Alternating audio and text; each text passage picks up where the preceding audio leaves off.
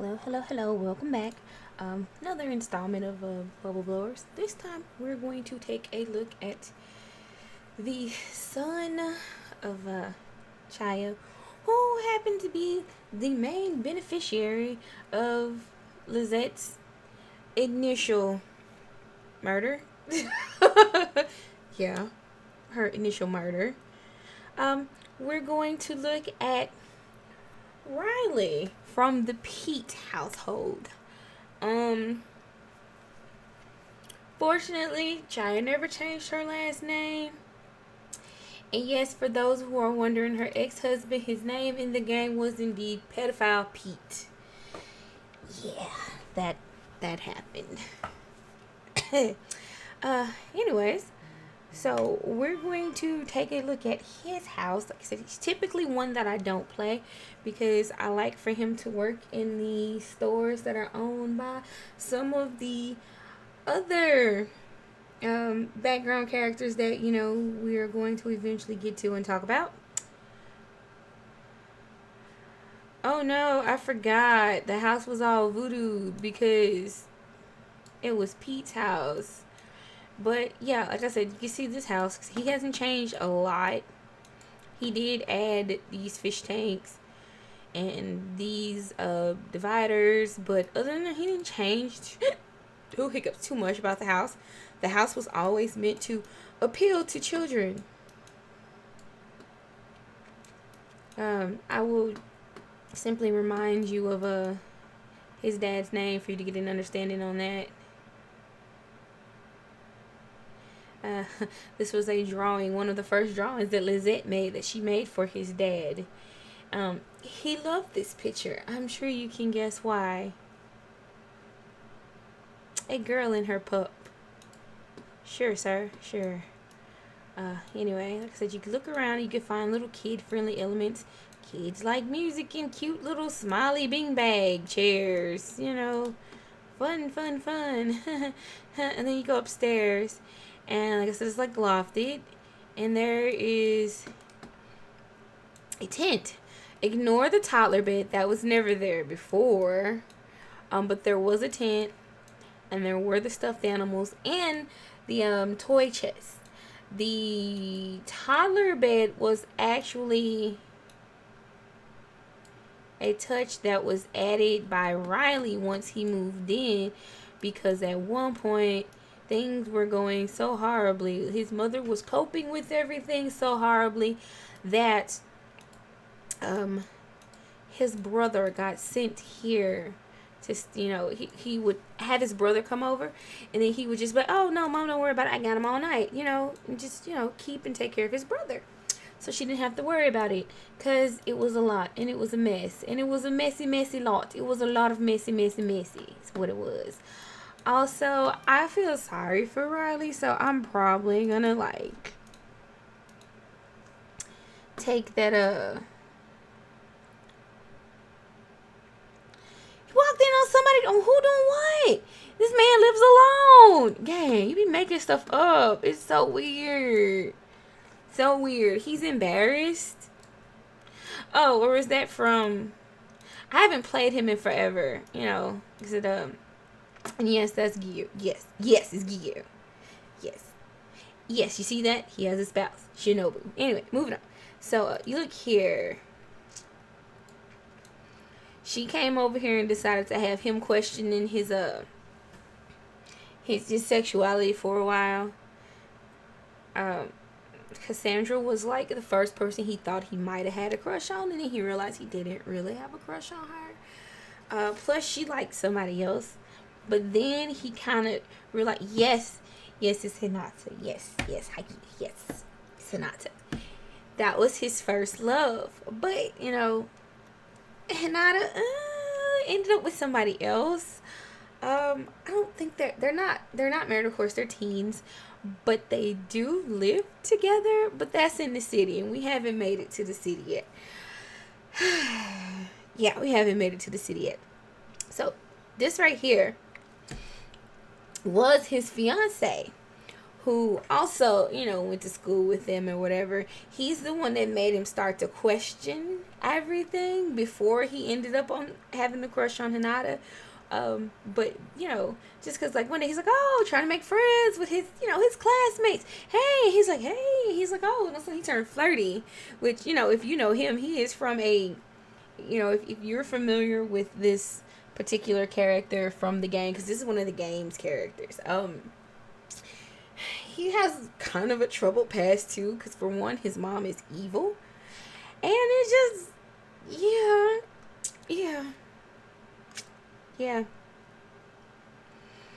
yeah, like I said, he ran away from his mom and he let him move in here, so they were living here together, as you could see. We can fix that. We'll fix that. Hold on. Alright. I also, like I said, I need to take the curse off the house because the house no longer needs to be cursed. What is that dance? Okay, now we're just going to assign the left side to him because this is the side that he wants to sleep on. So, anyway, yeah. So, you know, his boyfriend moved in with him. They were staying here. Lizette kept the house. And then, like I said, she gave it to him so that he could have it. Because, you know, his mom didn't have a lot of space. They didn't have that space up top before. Yada, yada, yada. You know, so she's like, yeah, he can move here. And she's like, what about you? She's like, oh, don't worry about me. I have a place to go. You know, like I said, she found a place to go. Sir, why are you going to play basketball if it stinks? Whatever. You know, did that thing. Did a thing. Did a thing. Did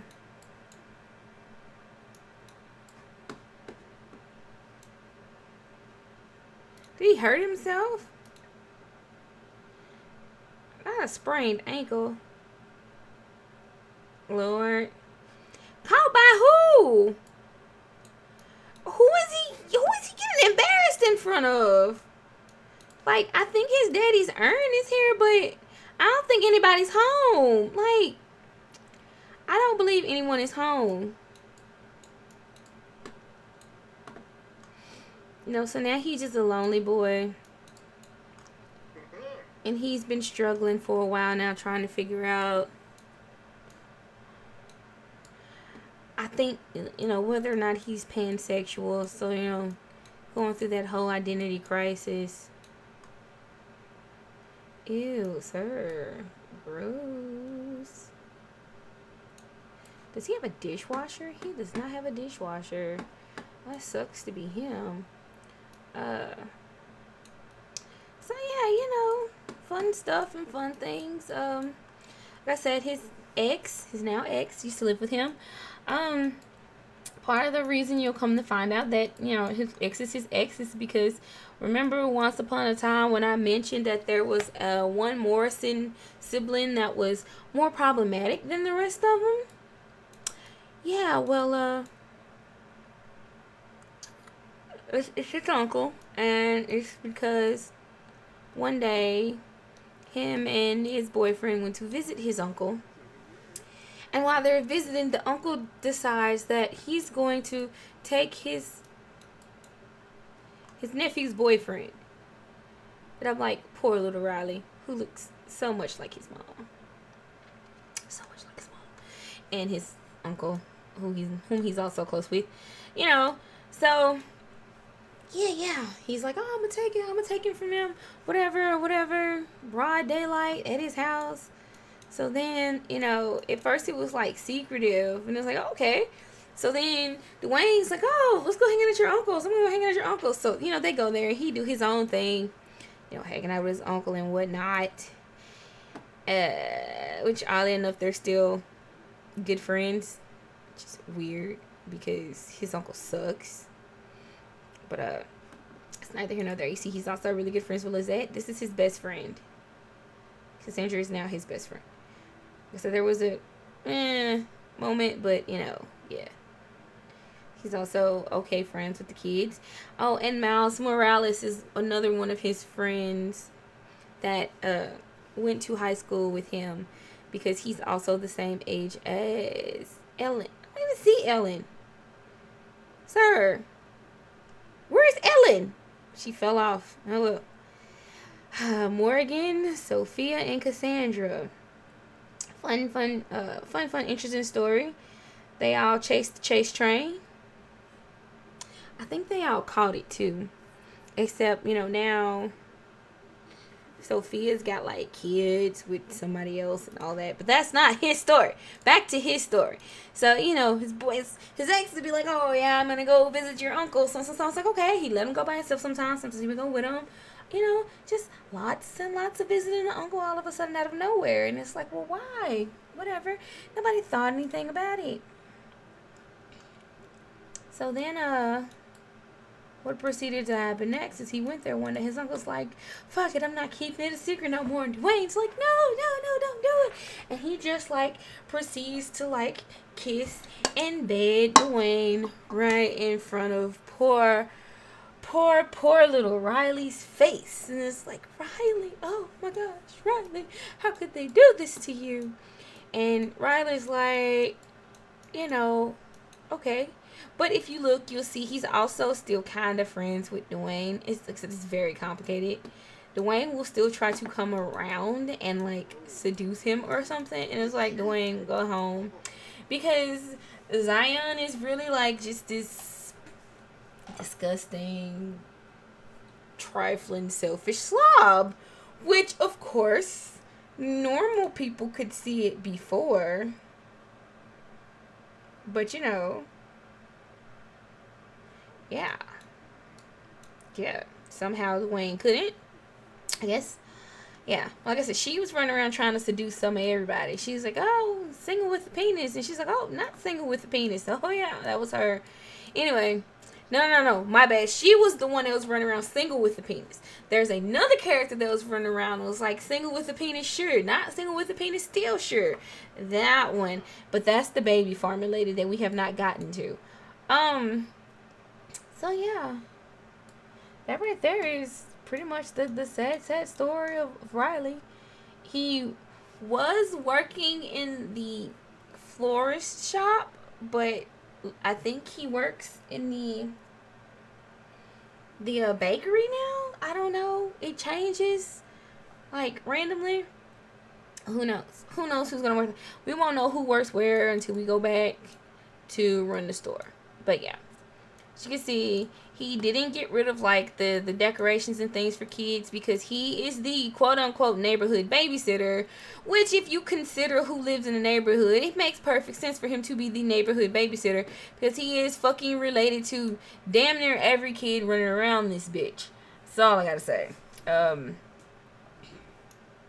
Plus, the majority of the kids are here and here. His siblings would be from here, and it would be his aunts and uncles from here. So yeah, that is the interesting story of Riley, the only member of the Babysitters Club, and the lonely member of the Babysitters Club. He just spends hours in front of the TV watching romance films and feeling flirty by him damn self.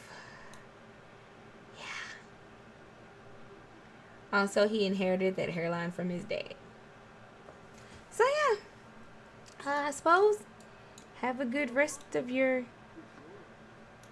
day, Riley. I suppose. Yeah. Enjoy that stretch, buddy. You deserved it. You earned that stretch. Stretch it out. And until next time, have a good one.